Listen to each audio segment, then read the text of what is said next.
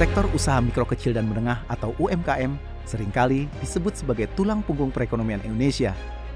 Sebutan itu tidak berlebihan jika kita melihat fakta bahwa UMKM merupakan penyumbang terbesar nilai pendapatan domestik bruto atau PDB.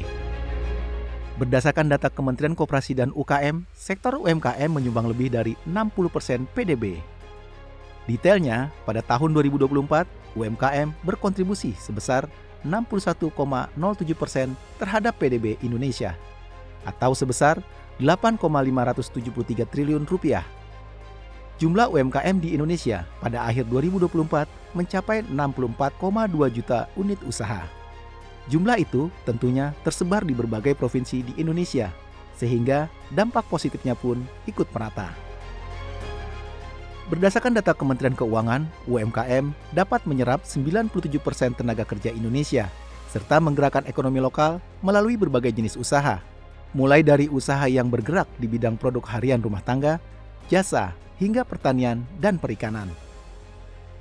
Di tengah perkembangan yang cukup signifikan, UMKM menghadapi tantangan tersendiri untuk bersaing dengan produk dari luar negeri. Untuk itu, Komisi 6 DPR RI mendorong adanya standarisasi produk-produk UMKM untuk menjaga konsistensi kualitas produk UMKM. Sehingga tujuannya UMKM kita yang ada di Indonesia sekarang udah mulai booming ini mampu bersaing tidak hanya lokal, mampu bersaing tidak hanya sesama tetangga, tapi bersaing dengan internasional global. Nah, karena mau bersaing untuk global, maka diperlukan standarisasi tadi, kelayakan untuk dikonsumsi secara standar internasional.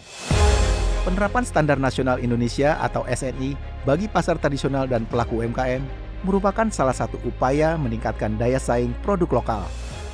Ini masih relatif kecil yang sudah ditangani oleh BSN atau SNI.